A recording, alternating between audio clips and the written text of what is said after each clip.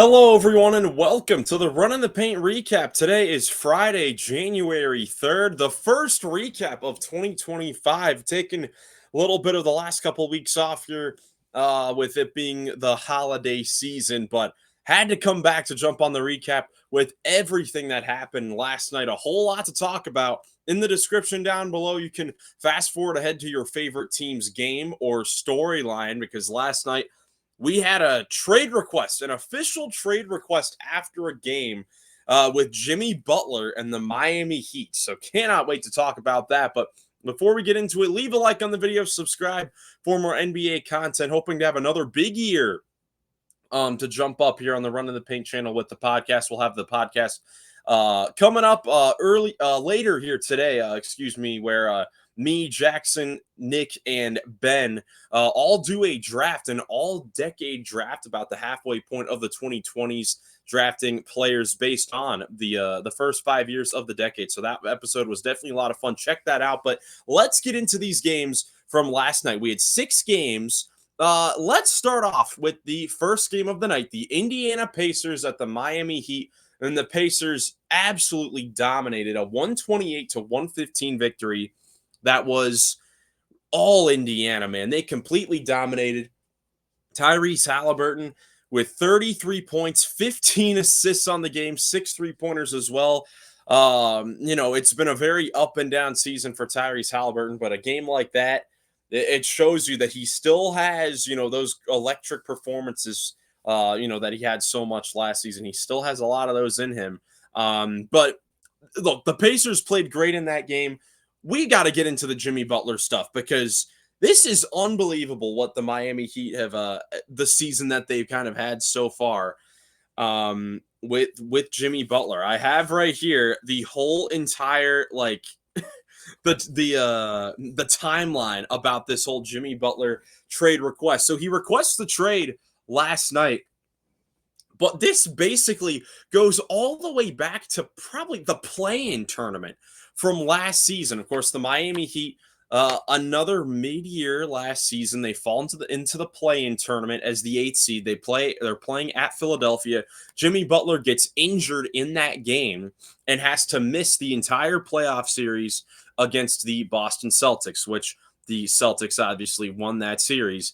But Jimmy Butler, in a social media kind of interview, said that, Miami, they would have won the series if Jimmy Butler had played, which, they did it the previous year in the conference finals in that incredible upset. He said that they would have done it again this season if he had played. Pat Riley, I believe Miami Heat, is he chairman or president? He may be the president. I think he's the president of the Miami Heat. Basically says, Jimmy Butler, shut your mouth if you don't play, because he didn't play in that series. And that basically started off a whole bunch of this talk in the offseason of Jimmy Butler potentially being traded from Miami in the offseason. This next season in the 25-26 season, he has a player option for, I believe, $52 million. A player option for next season now at 35 years old. And Miami, seeing what's happened over the last couple regular seasons, seeing the injuries and maybe him diminishing in value, that they should look to trade him. So this was the first time that we really had heard those talks come up. And it's been held true that comment that Pat Riley made has completely rubbed Jimmy Butler the wrong way over, since the offseason, since the beginning of the offseason when Pat Riley made that comment. So fast forward, beginning of the season, Jimmy Butler is still on the Miami Heat roster. Not expecting them to really do a whole lot besides, maybe I think I had them the highest in our regular season standing predictions. I had them 6th or 7th in the East, something like that. I had them basically doing what they've done the last couple seasons, making it into the play-in or into the playoffs as a lower end seed. And that's kind of what happens to start the season. They have stretches where they look pretty good, but they have games like this Indiana game where they just have no energy, no spirit, no heart, and they get just dominated on their home floor. They've had a lot of embarrassing losses on their home floor. So December 10th, December 10th comes around. Shams Charania of ESPN reports that the Miami Heat are officially open to listening for offers for Jimmy Butler. The next day, he reports that Jimmy Butler's agent, Bernie Lee, gave a list of 4 teams that Jimmy Butler would prefer to go to. That those teams being Houston, Golden State, Dallas, and Phoenix.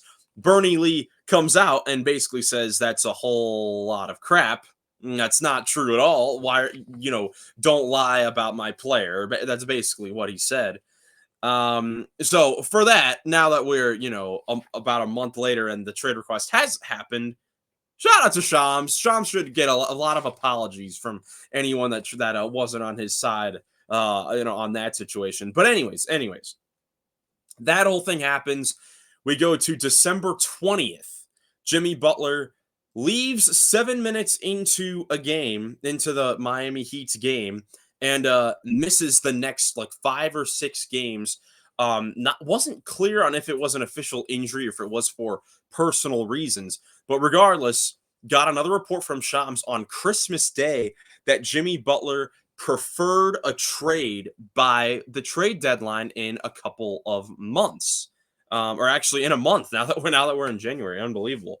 After Christmas Day, when that comes out with Jimmy Butler, Pat Riley and the Miami Heat make a statement. They say, all right, we're going to make it officially clear, completely clear. We are not trading Jimmy Butler.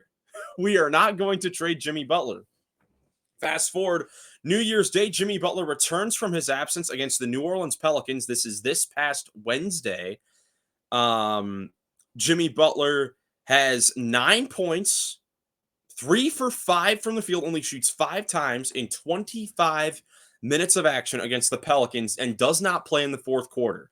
So after that game, there's rumblings, man, Jimmy Butler, he just didn't play that hard. He didn't play that hard. And we know Jimmy Butler to be a guy that plays hard all the time. So there are a whole bunch of rumblings about that. This game against the Indiana Pacers last night, 9 points, 4 assists, 3 for 6 from the field in only 26 minutes, a minus 27, doesn't play the fourth quarter again. Second straight game, he doesn't play the fourth quarter. In this game, an embarrassing game for the Miami Heat. Then in the post-game interview after the game says he just wants to find his joy back on the court playing basketball. He still has his joys off the court being in Miami, but says that on the court basketball-wise, he's not going to be able to find his joy in Miami. He doesn't think he'd be able to find his joy back in Miami. And then about an hour later, Shams reports again that Jimmy Butler indicates to Miami that he wants a trade and he wants to play anywhere. He's open to anything except Miami. I just can't believe that it has come to this point because, Jimmy Butler over the last several seasons, with Miami, this now his 6th year with the Heat, haven't heard really anything bad about Jimmy Butler. And for great reason. He's been a great player for them. I would argue, definitely a top 5 player in Heat franchise history. He's taken them to 2 NBA finals. He's made all NBA. He's been an all-star. He's been a fantastic culture setter for that team for this stretch when they were kind of a contender, making the playoffs all these years with Jimmy Butler there. But before Miami happened, his previous exits were just like this. They were bad and negative exits. And we are going that direction right now with everything that has happened. This is an irreplaceable relationship between Jimmy Butler and Miami. And it's not even a contract thing. Miami, whether it's the locker room, the media, coaching staff, whoever, Pat Riley himself, are saying things like Jimmy Butler is not playing hard out there on the floor when Jimmy Butler is also coming back from, an absence, whether it's injuries or personal reasons because he's not happy, whatever. Maybe that's part of it. This is leaning towards a 4th bad exit for Jimmy Butler, if I'm counting correctly. In Chicago, and his tenure with Chicago basically ended, pick Fred Hoiberg or me, pick the coach or me, because Jimmy Butler did not like Fred Hoiberg that much. The Bulls decide to pick the coach. They trade Jimmy Butler to Minnesota. We know what happened in Minnesota. He butts heads with Karl Anthony Towns, Andrew Wiggins, even Tom Thibodeau, even maybe. And that's a horrible exit. We all know the training camp story there in 2018. Gets traded to Philadelphia and is basically perceived as a locker room cancer and leaves Philadelphia on bad terms. So this is going to be a fourth time that Jimmy Butler leaves on bad terms, which, at this point, I don't think that it will really diminish his value at all at this point. I think what you're going to get from Jimmy Butler, because even like on the season, he's still having a good year when you look at his counting stats. I believe he's up to like 18 points per game, still 55% from the field. Like, he hasn't been shooting a whole lot of shots. But he's been very efficient with the shots that he has taken. Let me pull up the numbers. So 21 games this season, Jimmy Butler is averaging 18 points, 6 rebounds, and 5 assists in 31 minutes per game, shooting 55% from the field, 37 from 3, 79 from the line. Only taking 11 shots per game, which is his lowest since his third year in the league, the first year where he started to play, 30 plus minutes a game with Chicago, therefore, for Tom Thibodeau. It's just crazy that it's gotten to this point. And we kind of had an idea that Jimmy Butler would probably get moved from Miami, but now it's like, man, it seems like this is going to happen in the next month, because it doesn't seem like anything's going to be, reprimanded or anything like that. This relationship is not going to be repaired. It's irreparable. And Jimmy Butler just wants out of Miami, and it's crazy. I mean, mention Jimmy Butler's past experience with bad exits. It's not like Pat Riley's had the best ones either with his star players. You think of Jimmy Butler, of course, right now.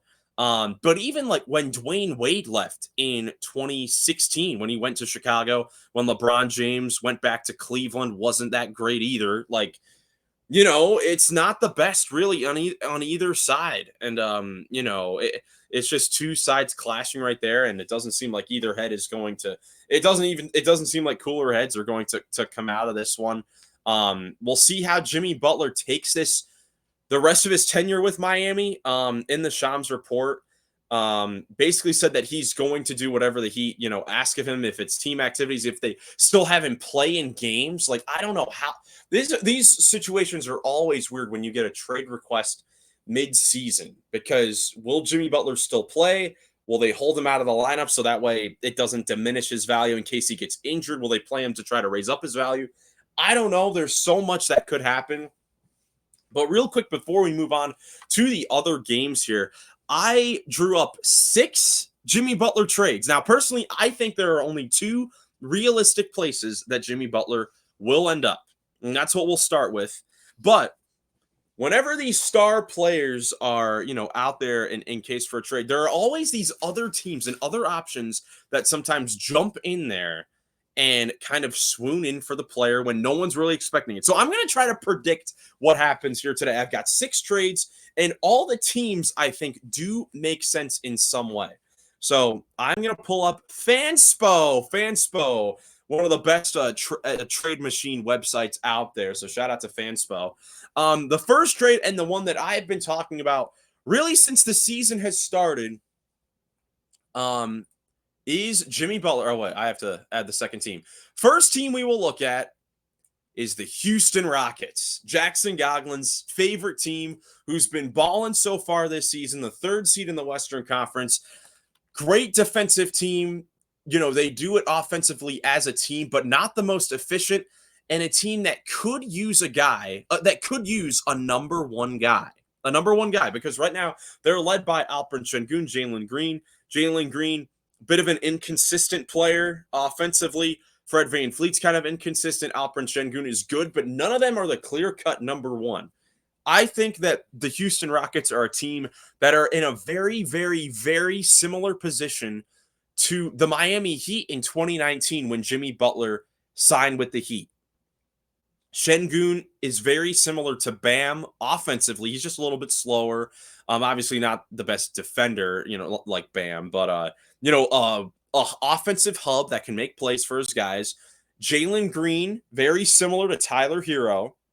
Fred VanVleet, kind of like a Kyle Lowry when Jimmy Butler was there as well. And then even like Jabari Smith is better than any 4 that the Heat really ever had when Jimmy Butler was there. So I think that the Houston Rockets are a team that should go for Jimmy Butler. I think that they should go for it because they're a team that does need a number one guy, and that's certainly clear. So the trade to draw up with Jimmy Butler, and I will say all these trades are certainly difficult because of the money situation. But let's see, the trade that I have drawn up here is Dylan Brooks, Cam Whitmore. Where are you? Cam Whitmore, because he is slowly getting more minutes in the rotation, but he's not. You're kind of seeing the writing on the wall. There's not really going to be a chance for Cam Whitmore to get consistent minutes in the Rockets rotation to have a chance to really grow there with all the other youth that the Rockets have. So Dylan Brooks, Cam Whitmore, Steven Adams, and Jayshawn Tate to make the money match. And then the Houston Rockets also have draft picks to send over to the Miami Heat. Now, that'll be the interesting thing. Who knows what Jimmy Butler's value is as far as draft picks go? Does it warrant first-round picks? Hard to tell. I think that Houston should look into trading away their first-round pick for this year, considering they already have so much young talent there.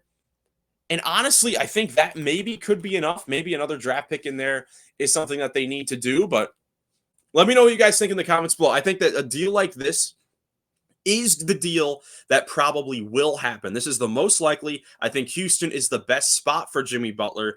And Dylan Brooks, Jimmy Butler would be a great replacement for Dylan Brooks, better on all accounts.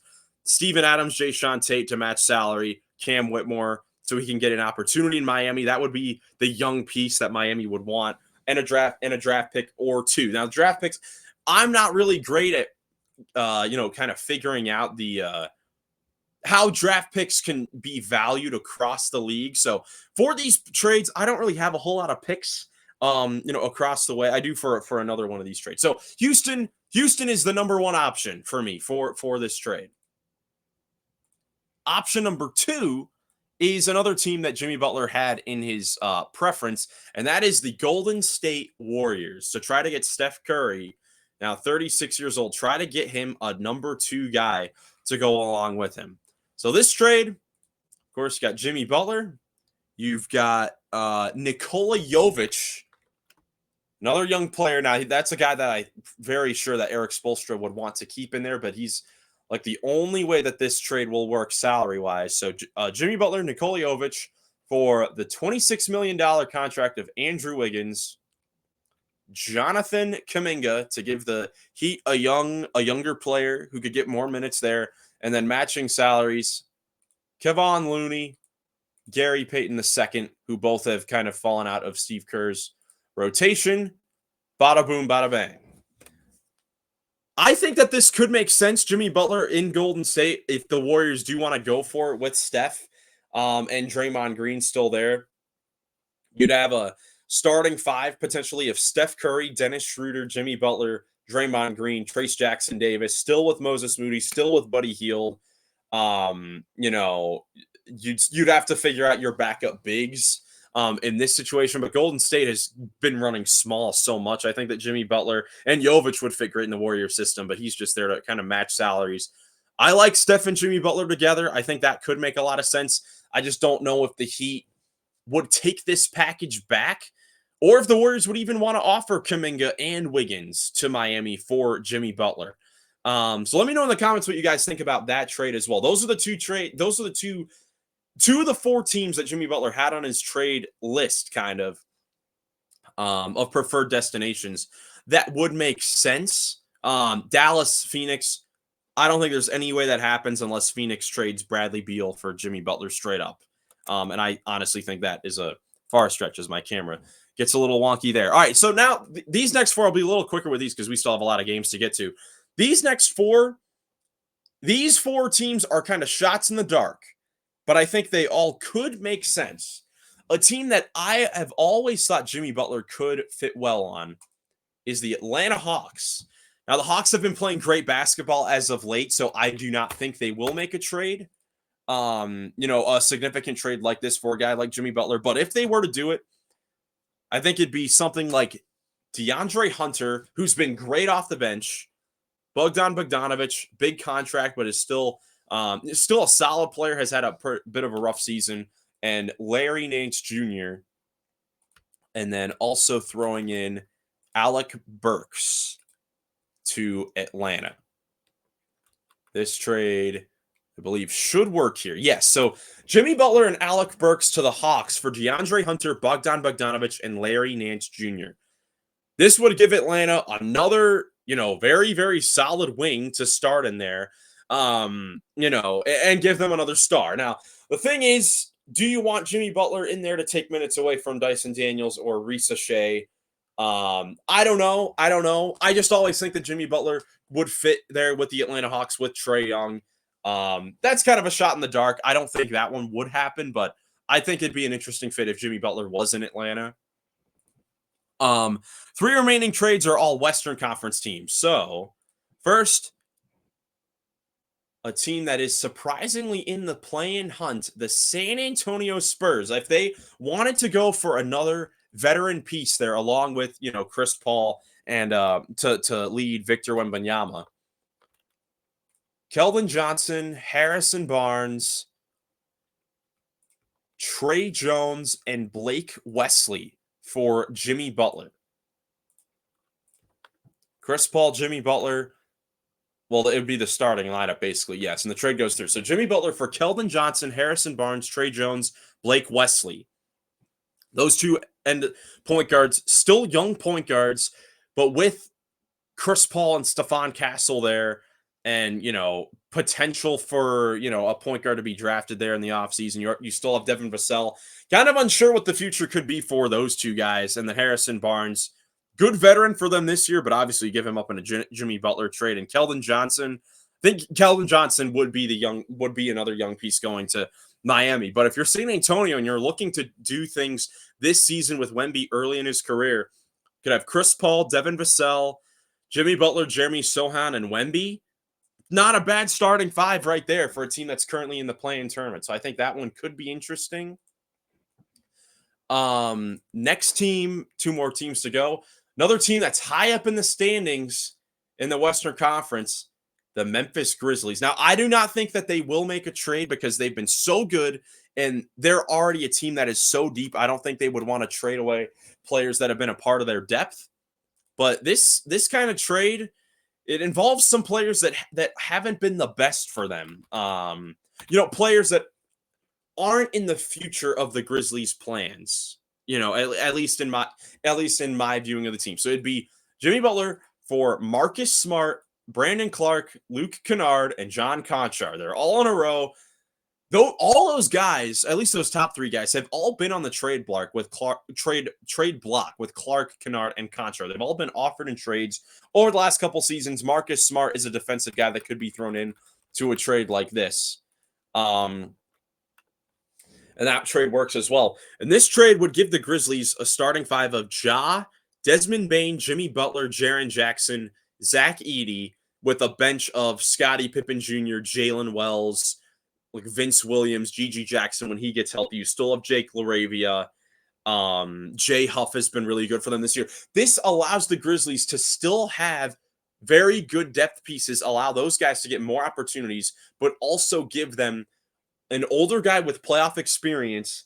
He's an older guy, but he would fit the Grizzlies' culture and timeline. So I think that could make a lot of sense as well. And then the final team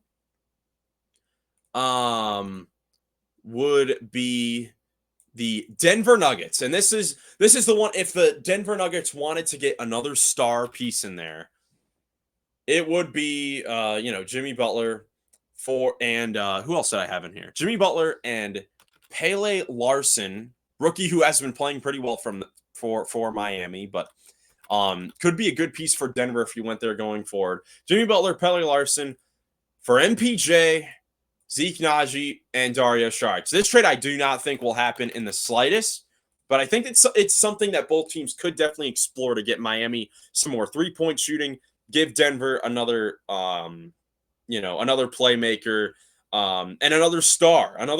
I mean, at the end of the day, that's something that they could use. Another star with playoff experience against Denver. So let me know what you guys think about all those potential trades. If I had to go in order, or not in order, but I think that realistically, the top spots with these trades, it'd be Houston, Golden State, I think Memphis is a sleeper team that could make a move to get Jimmy Butler. I think that Memphis could do it. I'm curious to hear what you guys think about that potential trade. But yeah, man, let me know in the comments also what you think about this whole Jimmy Butler scenario. Does this say more about Jimmy Butler or Pat Riley in the way that the Heat have kind of run things, or just this whole scenario in general? Whether you think he'll get traded by the deadline, or just your thoughts on this whole scenario, because it has been crazy ever since the offseason started.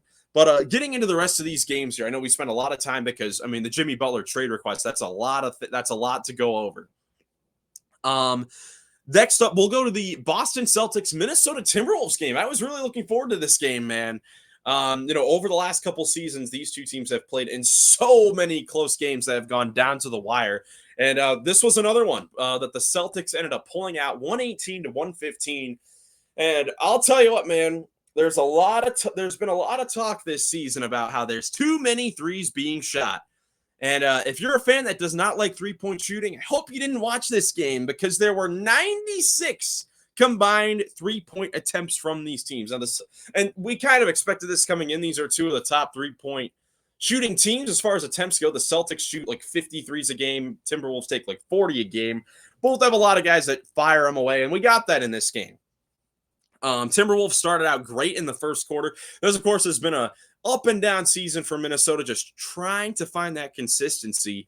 And in the first quarter, the Wolves looked great offensively. They were knocking down their threes. Second quarter, the Celtics dominated, outscored the Wolves by 20 in the second period, had a double-digit lead for most of the second quarter.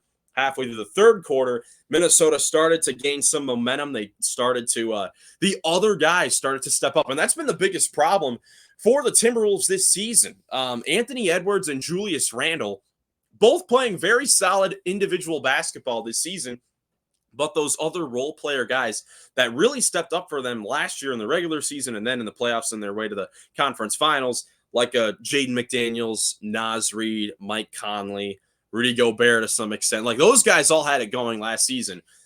Not really the case so far this season, but in this game, Jaden McDaniels had 19 points, hit 4 threes. Naz Reid had 20 points with 4 threes. Julius Randle came to play in this one. He looked great out there. 27, 8, and 7. Efficient basketball as well. He's been a much more efficient player for the Timberwolves this season as well.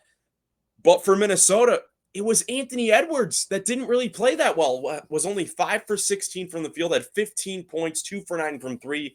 A lot of his shots were flat in this one.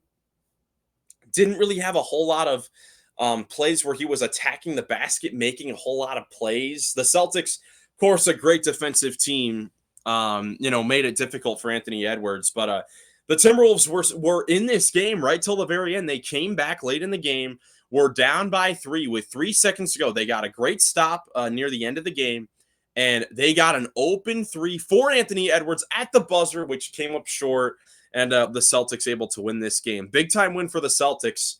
They had started to, they were only like 8-6 in the month of December. And because of that gap between the Celtics and the Cavaliers for that number 1 seed in the East, definitely starting to widen out a little bit, even so much that the Celtics have now gone right next to the New York Knicks in the standings. So the Knicks looking to jump the Celtics in the standings for sure. So a win in Minnesota, definitely important for Boston, especially considering that they've got a huge, this was the first game of a major 4-game West Coast road trip. So the Celtics getting the first one out of the way, huge, especially with no Jaylen Brown in this game. Sam Hauser played well from downtown. It really was Jason. It was the Jason Tatum show. He played amazing in this game. Whether it was threes, mid-rangers, attacking the rims for dunks, layups. He was great. He was great in this one. And the Celtics get a big-time win. Oh, Derek White. I haven't even talked about Derek White yet. Derek White was amazing. Hit a ton of timely threes. There was that 1 3 off the inbound, off the glass, that was ridiculous. He has just turned into such an incredible player, Derek White has, for the Celtics, and one of their most important pieces as well. So the Celtics, big-time win for them against the Minnesota Timberwolves. But a performance like this for Minnesota, definitely encouraging that those other guys started to get it going. Of course, can it be consistent? That's what they're going to need to do if they're going to, try to rise up in the standings. Moving on, next game, the OKC Thunder dominate the LA Clippers 116-98 and cruise to their 13th straight victory. Yes, that's right. 13 straight victories for the Thunder, which is their most in the OKC era since moving to Oklahoma City. And man, they're just so impressive, man. I mean, I personally think that they are, oh man, are they the best team in the NBA?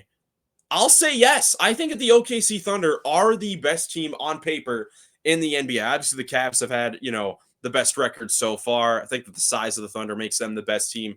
Celtics, Celtics obviously the defending champs, but they have kind of slowed down a little bit over the last month or so.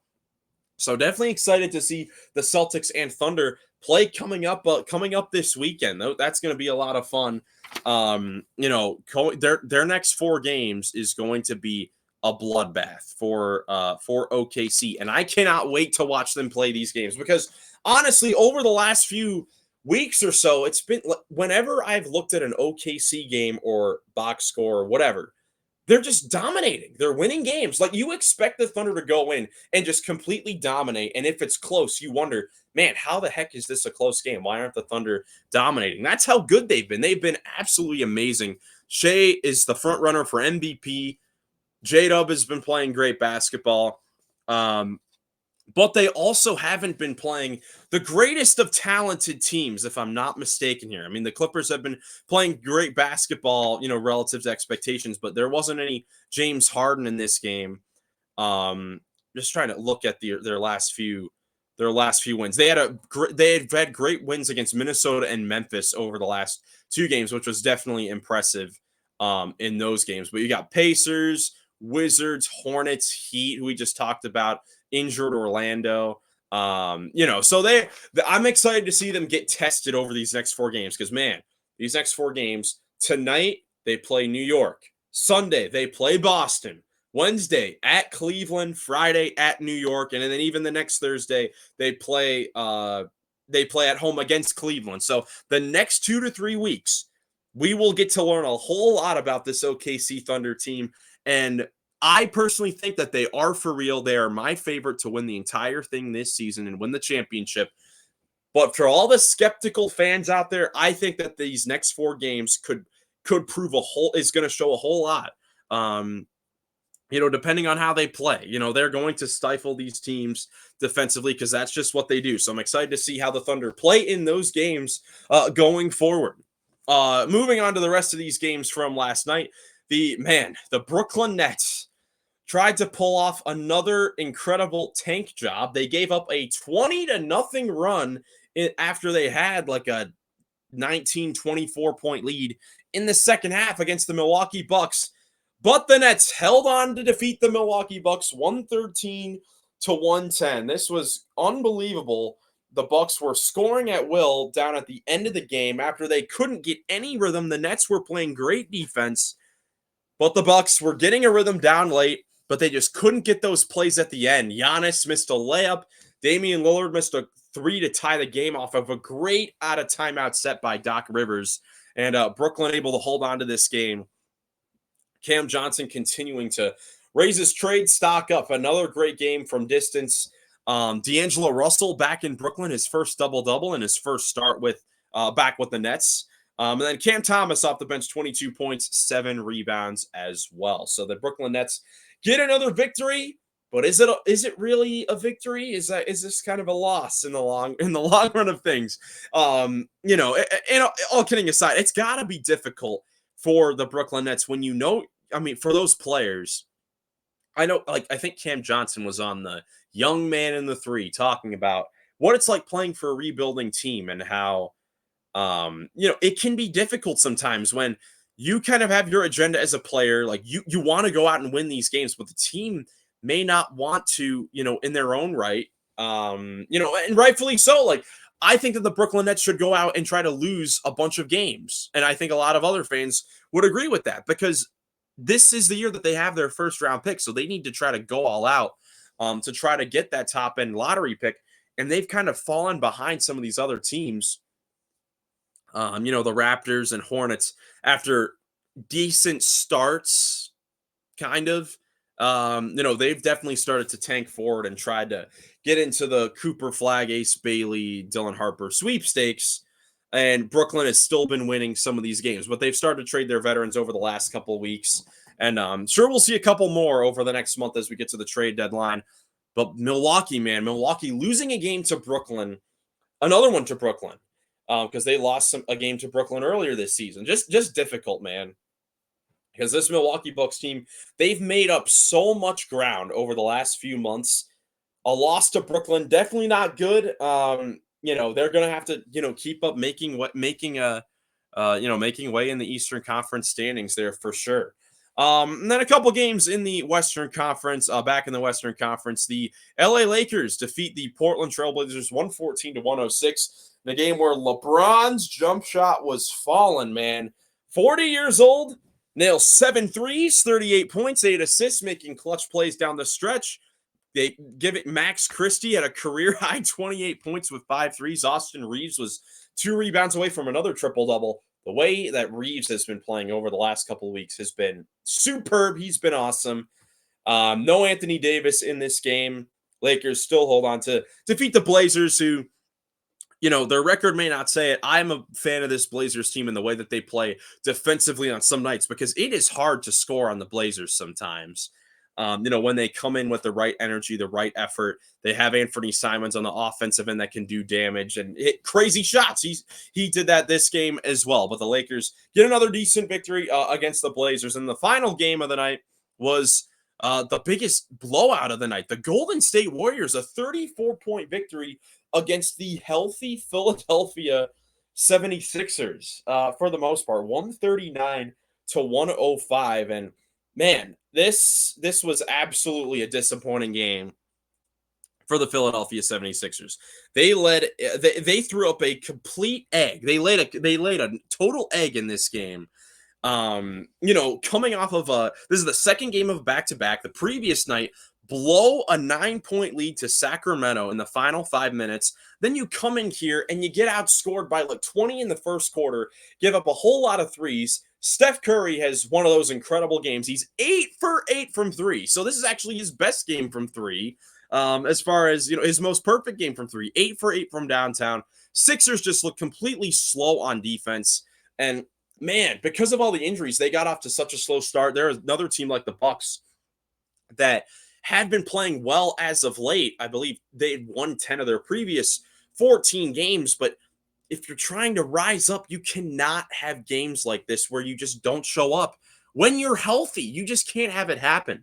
If there was a bright spot for the Sixers, it was Joel Embiid playing 31 minutes in this game through 3 quarters of play. He had only rested 5 minutes, even though it was a blowout.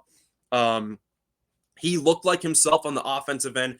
He was getting to the free throw line. He was scoring in the paint at will. He looked great on the offensive end, still slow on defense, not getting back on some possessions, to be expected with a guy that's still, recovering from just nagging injuries. It's been a brutal year for Embiid, but still a lot of time for the Sixers to make up ground, but just can't have these performances. But on the other side of things, Golden State, these performances from Steph Curry, where he goes for 30 points, 10 assists, 6 rebounds, perfect from 3. Like, we are still so lucky and blessed to watch these aging players that were at the top of the league 10 years ago still have these performances, like Steph with 38, Curry with 30, 8 for 8 from 3.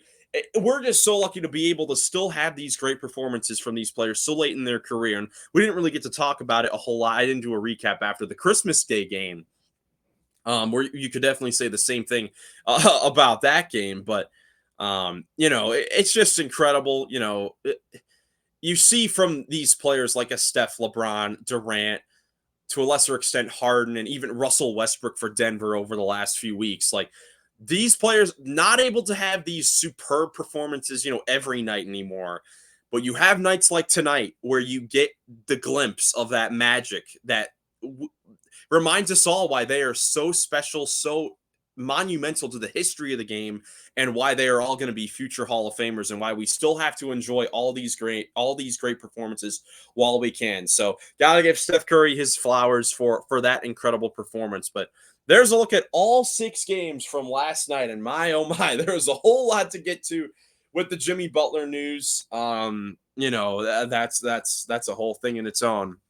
Spent like the first half of this video talking about all that. It definitely something else. But before we get out of here, let's take a look at tonight's Friday night action, and we definitely have some nice games here tonight. First, the League Pass schedule: 7 games: Hornets, Pistons, Magic, Raptors, Celtics, Rockets. Celtics on the second night of a back-to-back. That is certainly a game to watch. Two of the best teams in the NBA, the Rockets and the Celtics. Wizards, Pelicans at 8. Think the two worst teams in the NBA facing off there. Cavs, Mavs at 8:30. Cavs looking for their 30th win of the season in just 34 games. Spurs, Nuggets get to see Wemby versus Jokic. I'm very excited for that. And then Memphis, Sacramento at 10 p.m. should definitely be a fun game there as well. See if the Sacramento Kings can build off of that win against Philadelphia. And then the national games on NBA TV. Quickly previewed it a little bit before, but the two hottest teams in basketball, the New York Knicks and Oklahoma City Thunder, 8 o'clock on NBA TV. You got the Thunder coming in with a 13-game winning streak, the Knicks a 9-game winning streak. You've got the Knicks, I think, the best offense in basketball versus the Thunder, the best defense in basketball. So this is an appointment viewing game. Mark this game on your calendar for tonight, because this should be a great matchup between the two hottest teams in the NBA right now. Then the nightcap, you got the Atlanta Hawks and the Los Angeles Lakers, 10:30 on NBA TV. Thank you guys so much for watching. If you enjoyed, leave a like, subscribe for more NBA content. Again, make sure to stay tuned for the channel for the full podcast coming out later today. Hope you guys tune into that one as well. But again, thank you guys so much for watching. I hope you guys have a great rest of your day, and I'll catch you in the next one.